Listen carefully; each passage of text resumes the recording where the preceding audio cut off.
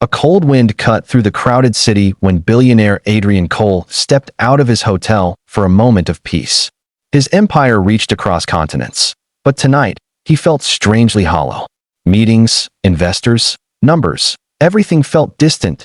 He hadn't eaten all day, so he bought a steaming samosa from a street vendor. The scent of spices swirled in the air as he raised it to his lips. "Don't eat that." A trembling voice. Weak, frightened, desperate, he turned to see a thin girl, no older than 11, barefoot and shivering. Her eyes were wide with fear, not hunger. "Why not?" he asked. She pointed toward the wheel of the food cart, and a rat scurried out carrying a piece of filthy bread. Adrian's stomach flipped. The vendor kicked it away, pretending everything was fine, but Adrian now saw what the child saw every day. "You saved me," he murmured. She shook her head. "No one listens to girls like me." She had nothing, but she cared. More than the people who had everything. Her name was Lila, and beside her lay a younger boy, Eli, coughing so hard his chest heaved. Lila shielded him with her thin arms. "He's not my brother," she whispered. "Just someone everyone left behind, so I didn't." For the first time in years, Adrian felt his heart ache. This moment, this little girl, would pull him into a world he had never seen. A truth his money had never shown him. And it all began with 3 words, "Don't eat that." Adrian knelt beside the cardboard shelter where Eli lay trembling. The boy's lips were pale, his eyes sunken, and every breath rattled painfully. "How long has he been sick?" Adrian asked. "A week," Lila replied. "But no one helps kids like us. They think we lie." Her voice wasn't angry, just tired. Older than her age, Adrian swallowed hard. "Come with me," he said softly. Lila instantly stepped back, fear flashing in her eyes. "I can't.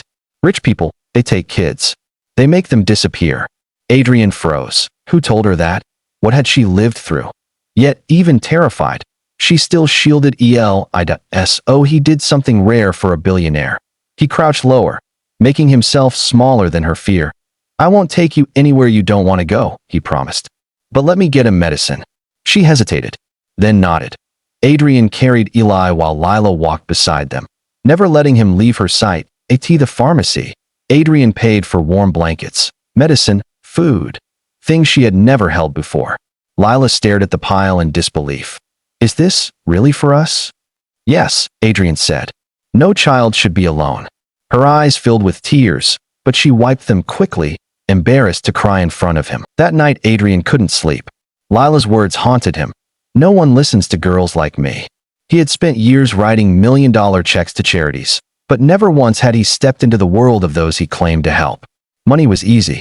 Time, heart, presence, that was harder. The next morning he returned to where he'd found them. Lila and Eli were huddled behind the hotel, using the blanket he bought. Eli looked a little better. Lila, however, looked worse, exhausted, hungry, frightened. "You can stay in the staff house," Adrian offered gently. "Warm beds, food, doctors." She looked at him with suspicion. "Why are you helping us?" He didn't have an answer, but maybe, for the first time, he wanted to be something more than rich. Because Lila solved problems he didn't even notice existed.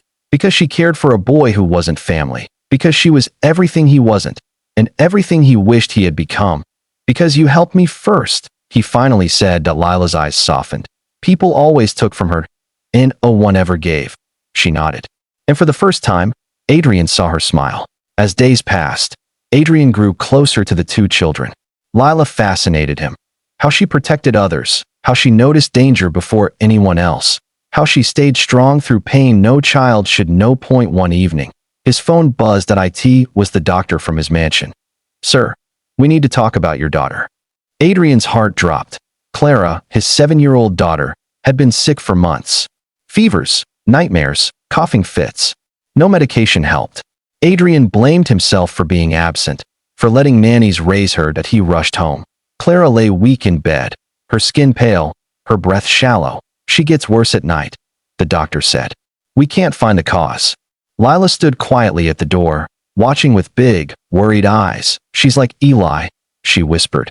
Those words struck Adrian like lightning. "What do you mean?" "Her sickness, it looks like there's something hurting her when she sleeps." Adrian blinked.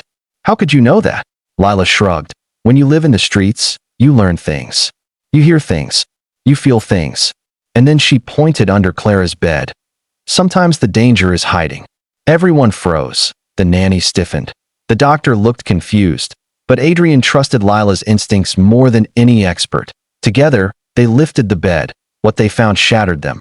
Underneath were moldy food trays, spilled juice cups, damp blankets, and old medicine wrappers, all shoved under by the nanny who didn't want to clean. Mold had spread across the wood, poisoning Clara's air night after night. The nanny gasped and stammered excuses, but Adrian had heard enough. She was fired instantly. Lila stepped close to Clara, gently holding her hand. "You'll get better now," she whispered, and incredibly, Clara smiled for the first time in weeks. Lila had saved her. Again, weeks later, Clara recovered completely. Adrian couldn't stop thinking about how fate had brought Lila into their lives at the exact moment they needed her most. He wanted to adopt both Lila and Eli, but he feared overwhelming them. One snowy evening near Christmas, Adrian tried to take a rare break. A friend set him up on a blind date to help him get out of billionaire mode. It was a disaster. The woman looked at the restaurant menu and rolled her eyes. "You're Adrian Cole, and you bring me somewhere simple?" I expected more. He was seconds away from walking out when a tiny voice interrupted that a little girl from the next table tugged the woman's dress. "Can we join you? My mommy says people are happier when they share tables."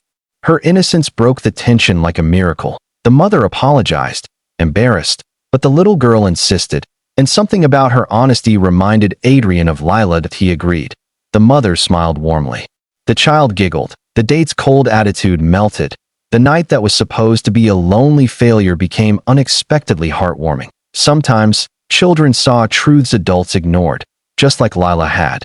Just like Clara once did before she became sick. Adrian realized then. His life was shifting because of children who had nothing, but gave everything. Lila and Eli were now living in Adrian's guest wing, safe and warm. But Adrian sensed something deeper in Lila's fear of adults. One night, she finally told him. "We weren't always in the streets," she whispered.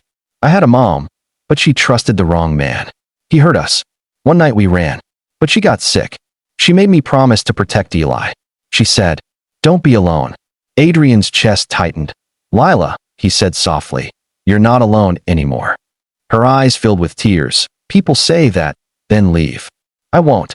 This time, she believed him. Months passed. Adrian adopted Lila and Eli legally after investigations confirmed they had no guardians. Clara adored them both, and Adrian, once a man made of steel, learned to love again that he donated millions to homeless children. But more importantly, he spent time with them, built shelters, created programs, walked the streets himself to find kids who needed help. All because a little beggar girl had saved his life with 3 words, "Don't eat that." Lila grew healthier, happier, fearless. Eli recovered completely.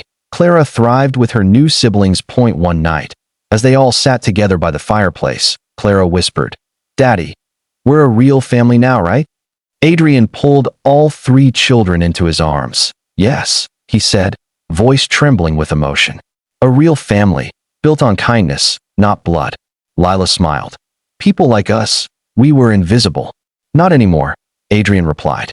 "You changed everything." And she had. She saved him. He saved her. Together, they saved each other. Final message for your YouTube before ending the video. Gently add, Sparkles, if this story touched your heart, comment below. Kindness changes lives. Your words help the story reach more people. Sparkles, and don't forget to like, subscribe, and share, especially if you believe in compassion and second chances. Sparkles, this is your channel. Be kind always, where every story reminds us that one small act of kindness can change the world. If you want. Backhand index pointing right, a thumbnail prompt, backhand index pointing right, SEO description plus hashtags, backhand index pointing right, separate chapter-wise voiceover script, backhand index pointing right, another story with your next title, just tell me.